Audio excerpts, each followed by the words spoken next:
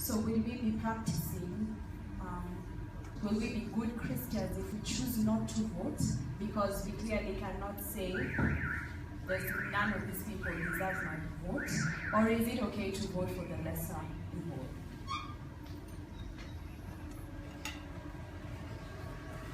Thank you. That's a very good question and a good point you've made there. Yes, there is a place for voting for lesser evil because we don't want the worst evil to triumph.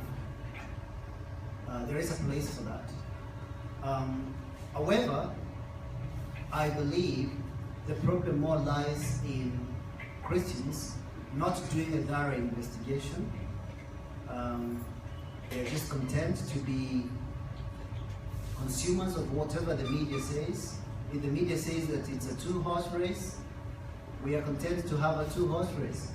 And then at the voting day you go and the ballot has 11 candidates. You're wondering, where did they come from? So there is a place for us to actually to try to find out who are other people on the ballot. And then the point I made is not that they should be sinless, but they should be above reproach. Just like, pastors are not sinless, but any man who is supposed to lead you should not be stinking with scandals. So if there are scandals that are already known, it would be unwise to vote such a person into the government when you know that he has already succeeded in doing something evil. So we need to ask ourselves, have we really done our duty to investigate and find out what sort of people we are voting in? And it's not very hard these days with the internet. There's so much information on the internet that can help us make a good decision. Just as having a little bit of experience with things as they were in the American side, and that line of argumentation, it occurs to me that if there's never anyone who decides not to vote for one of the 2 horses, then we'll still continue to get the same type of candidates over and over and over. Somebody has to decide to not vote for that person or one of those 2 people. Somebody has to make the decision to vote for somebody good rather than just the lesser of 2 evils, or we'll just keep getting worse and worse evils. And it was on the basis of that kind of thinking that I made the decision that I made last year. I hope some of you maybe.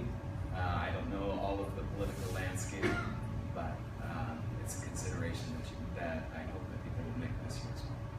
Excuse me. I think you've made an excellent point there, because if we all went to the ballot, we all didn't vote. Obviously, it's a positional case. Then there would be no president, and that would be a good thing, isn't it? Yeah, in the sense that we have now to go back to the drawing board.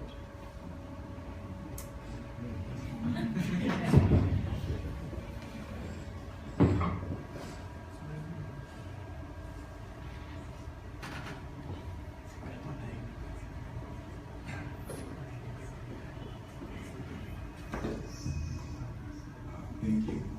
There's a point you made about respecting the authorities, and you talked specifically about the police, and you're supposed to obey the police. We live in a country where the police sometimes apprehend you for no good reason, and they take you in, maybe you're not in any fault, but they infringe on your rights. So as a Christian, how are you supposed to handle that?